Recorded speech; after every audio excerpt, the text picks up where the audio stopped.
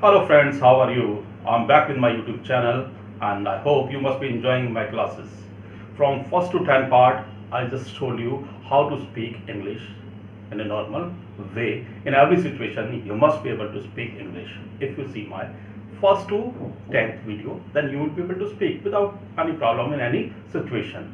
Now I'm starting a new series in which that will add something to your English, यानी कि अब मैं कुछ ऐसी सिचुएशन लेकर आऊँगा कि वो आपकी इंग्लिश में कुछ और इम्प्रूवमेंट करेगी, because learning is a comprehensive and continuous process. Okay, let us discuss one situation here. मैंने आपको बताया था कि अगर किसी को कोई ड्यूटी या कर्तव्य की सेंस है तो शुड यूज़ करना है, जैसे आई शुड गो देयर. लेकिन अगर ये पास्ट में है कि जैसे कि तुम्हें ये कार्य करना चाहिए था, तुम्हें ये काम करना चाहिए था लेकिन आप कर नहीं पाए, किया नहीं आपने, ये सेंस है, तो शुड हैव का यूज करेंगे in place of should. I should read, मुझे पढ़ना चाहिए लेकिन मेरे एग्जाम हो चुके हैं और अब मैं फेल हो गया, तो I should have read, you should have studied. तुम्हें पढ़ना चाहिए था, यानी कि जो काम करना चाहिए था वो आपने नहीं किया, ये सेंस है, तो आप शुड हैव और थर्ड फॉर्म लगा देंगे. Should have plus third form. I'm giving you a few example. You should have gone there. तुम्हें उसके पास जाना चाहिए था, उसके वहाँ जाना चाहिए था. You should have gone in his marriage. तुम्हें उसकी मैरिज में जाना चाहिए था, यानी कि आप गए नहीं. जो काम आपको करना चाहिए था वो लेकिन आपने किया नहीं, तो you should have done this work. You shouldn't have done this work. तुम्हें काम नहीं करना चाहिए था. Should not लगा दीजिए. आपने कोई ऐसा काम कर दिया जो नहीं करना चाहिए था. You shouldn't have done this work. आपको काम नहीं करना चाहिए था. नेक्स्ट इसमें आता है कुड. देखो, कैन और कुड का मतलब समझ लीजिए. मैंने पहले ही बताया था, आई कैन स्पीक इंग्लिश, मैं इंग्लिश बोल सकता हूँ. आई कैन स्पीक फ्रेंच, मैं फ्रेंच बोल सकता हूँ. आई कुड स्पीक इंग्लिश, मैं स्पीक इंग्लिश बोल सकता था. आई कुडंट स्पीक इंग्लिश, ये मेरी कैपेसिटी बता रही है. आई कैन बीट यू, मैं तुम्हें बीट सकता हूँ. आई कुड बीट हिम, मैं उसे बीट सकता था. This is just telling the capacity.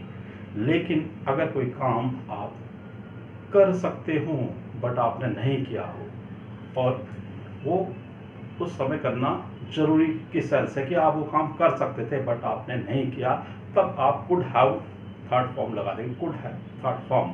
जैसे कि आप बीए कर सकते थे, you could have done BA. Okay, अब आपने जैसे बीए बीच में छोड़ दी, यू तो आप कह सकते हैं कि आप उसकी हेल्प कर सकते थे, यानी आपने की नहीं. You could have helped him,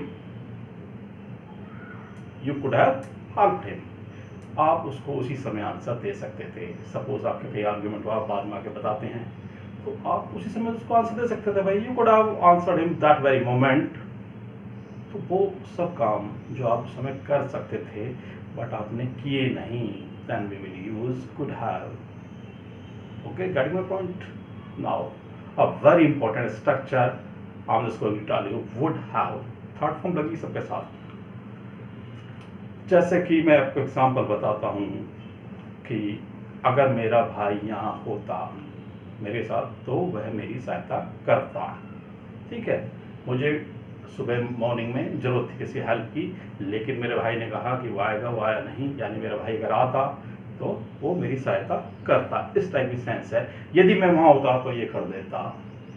ना मैं वहाँ था ना मैंने ये किया. देखने में प्रेजेंट टेंस लग रहा है लेकिन ये पास्ट है. ठीक है, यदि तुम पढ़ते तो तुम पास हो जाते, यानी आप अब फेल हो चुके हो. और एग्जांपल बताता हूँ, यदि आप मेरा हाथ ना पकड़ते तो मैं गिर जाता.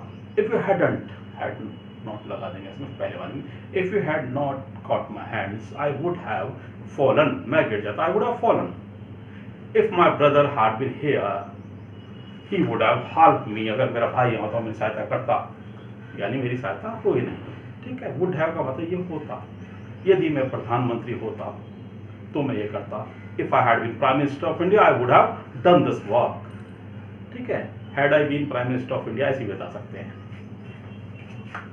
हैड लगा दे शुरू में, बाद में would have plus third form. Getting my point? Okay, the next is I am just telling you should have, could have हमारा कंप्लीट होगा. Would have. अब मस्ट और माइट आ जाइए. अगर पास में आपने गैसिंग करनी, अनुमान लगाना पास में, ठीक है, तब आप मस्ट हैव और माइट हैव का यूज करेंगे ओनली जस्ट फॉर गैसिंग. और गैसिंग हम बहुत करते हैं जैसे कि कोई रिजल्ट आ गया, सपोज 12th क्लास का रिजल्ट आ गया, ठीक है, और अब रिजल्ट आ गए भी 1-2 दिन हो गए, हम अंदाज़ा लगा रहे हैं भी कौन पास होगा कौन फेल। तो ये पास में अंदाज़ा लग रहा है कि वह पास हो गया होगा।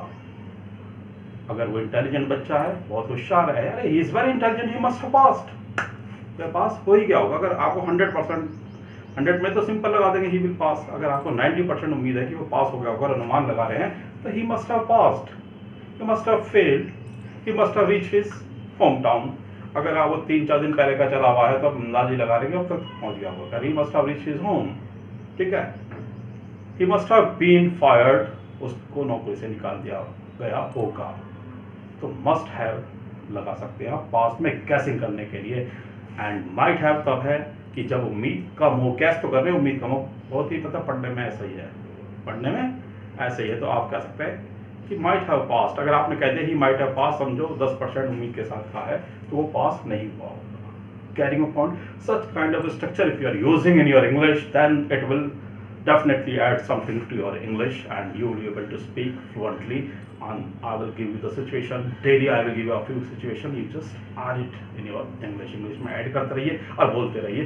और आप मेरी फर्स्ट जो है 10 वीडियो जो नॉर्मल है, जिसमें सिर्फ ये है कि हाउ टू स्पीक, मतलब बोलना है, सिर्फ इंग्लिश बोलना आ जाएगा आपको, उसके बाद आप ऐड करते रहेंगे। जैसे हिंदी आपको बोलनी आती होगी, हिंदी भी तो आपको आती होगी बोलनी, लेकिन हिंदी इतनी बढ़िया तरीके से थोड़ी बोल पाते। इसका मतलब ये थोड़ी कि जिसको हिंदी आती है वो कुछ भी बोल लेगा।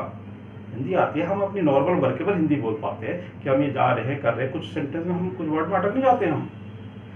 अपरिहार्य कारणों से हमें वहाँ जाना पड़ा, अपना अपरिहार्य पता है ना, किसी को कारण पता है, अब कुछ ऐसे वर्ड होते हैं ना, लेकिन सिंपल हम हिंदी तो बोलते हैं। इस तरीके से इंग्लिश में भी क्या होता है कि कुछ चीज़ें तो हमें आती हैं, हम बोल सकते हैं। आपने इंग्लिश मूवी देखी होगी कई बार, पूरी 15 मिनट की होगी, आपको डायलॉग समझ नहीं आया, जबकि आप you are able to speak fluent English but you are not able to get even a single word.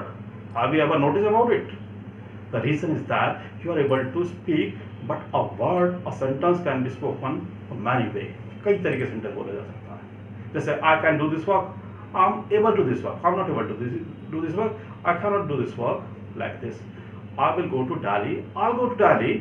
You should do this work, you shouldn't do this work. So only one way will be able to speak in every situation. Only then you will be able to understand and speak better. Okay, have a nice day.